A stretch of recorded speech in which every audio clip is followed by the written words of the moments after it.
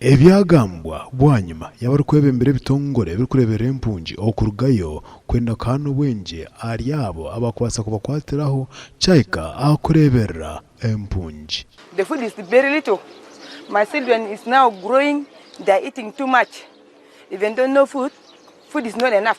Ekiganiro eki kyakorerwa a Las Vegas aho muri Rwampara kyatebeekanisibwa aba International Ecumenical Fellowship abakwatanisa n'aba Bishop's Church University na Refugee and Migrants Network. Engagement.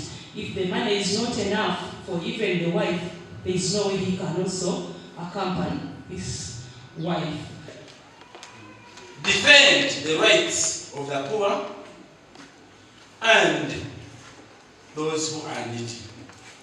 This scripture reminds us of our responsibility, not just to educate, but to advocate, to lift up and to stand with the most vulnerable in our society, including refugees.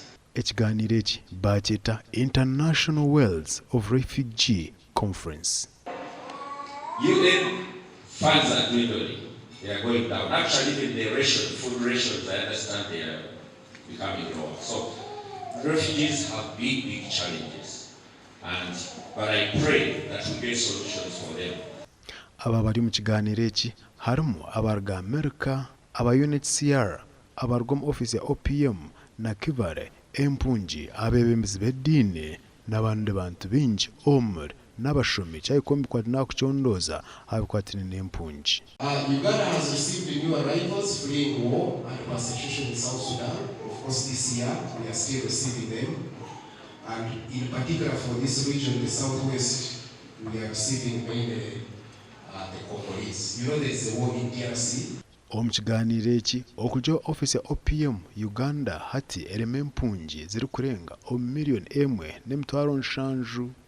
Emiturire yabo neyongera kuba kubi ab'ompindukahinduka na munonga ebitongore empabuhwezi kutandika kukyendeza obuhwezi obwo. Thank God for Bishop Sheldon. I affectionately call him Bishop Sheldon. He has had such a fantastic input into the life, to my life, into the ministry of serving refugees and immigrants, just like he mentioned. Abwa TV West, Ndisenyomo Gideon aho muri Mbarara.